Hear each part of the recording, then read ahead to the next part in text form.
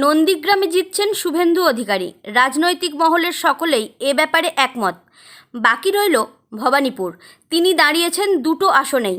ভবানীপুরেও কি এবার নক্ষত্রপতন হবে?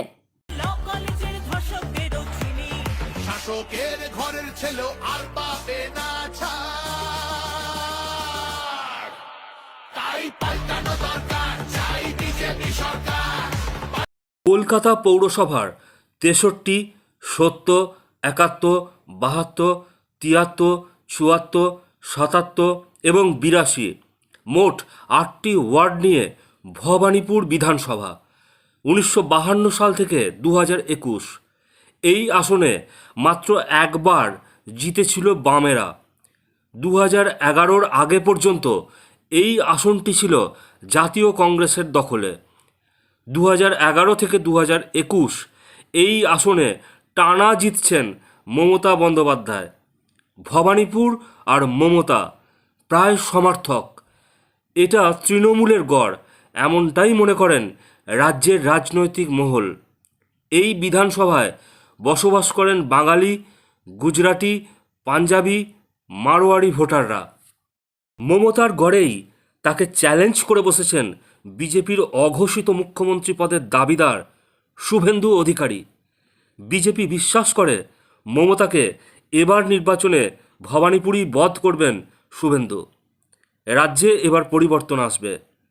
শুধু ভবানীপুর নয়, গোটা রাজ্যেই ভোটের দিনে বুথ এবং গণনার দিন কাউন্টিং হল যদি বিজেপি আগলাতে পারে তাহলে তাদের জয় নিশ্চিত, এমনটাই পর্যবেক্ষণ রাজনৈতিক মহলের। আজকে বিকেল থেকে আমি দেখছি যে তৃণমূল ভবানীপুর বিধানসভা কেন্দ্রে যে হেরে গেছে, ওদের বডি ল্যাঙ্গুয়েজ বলছে। বাস্তব কি তাই? ভোটের ফলে কি হবে তা জানা নেই, তবে প্রতিদিন উত্তপ্ত হচ্ছে ভবানীপুর বিধানসভা এলাকা। তাদের গড় যে আর তাদের গড় নেই তা বিলক্ষণ বুঝতে পারছে ঘাসফুল শিবির। রাজ্য পুলিশ তাদের হয়ে কাজ করছে না, এটা বুঝে বিভ্রান্ত Trinamool Congress. Back to back দেখে নিন কিছু খণ্ড ছবি। বাড়ির দিকে যেতে দেবেন, ঠিক আছে, আমি আমি আবার খেলবো, পারমিশন ছাড়বো না।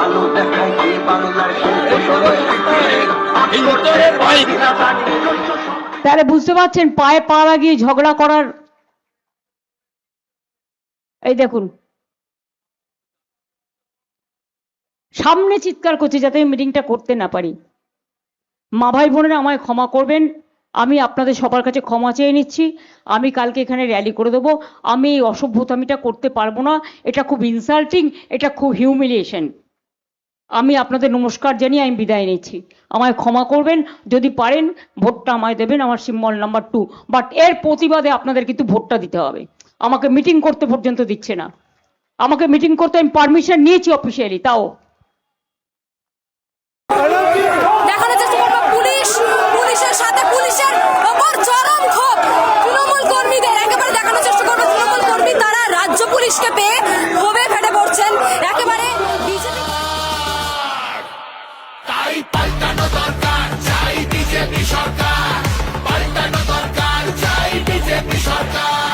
অনুপ্রবেশ রুখতে হবে, বাংলা তবে বাঁচবে। আধার কার্ডের জোচ্চুরি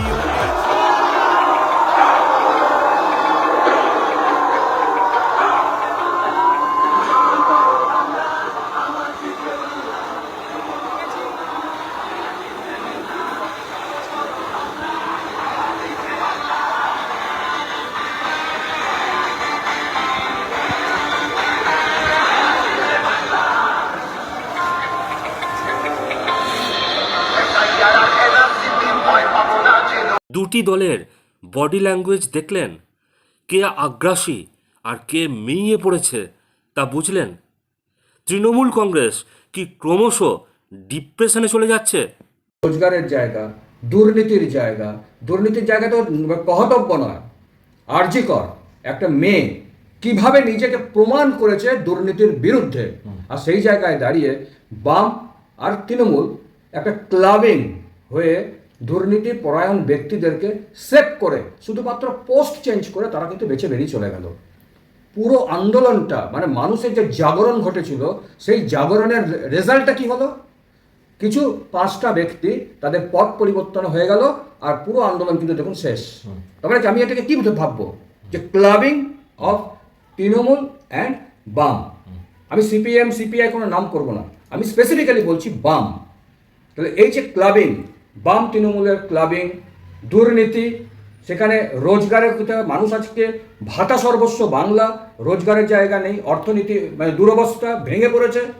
আর যেভাবে বাংলার সামাজিক অবস্থান বদলাচ্ছে, এই যে বাইরের লোকেরা ঢুকছে আর বাংলার মেয়েরা বিশেষ করে হিন্দু মেয়েরা আজকে হায়না শিকার হচ্ছে।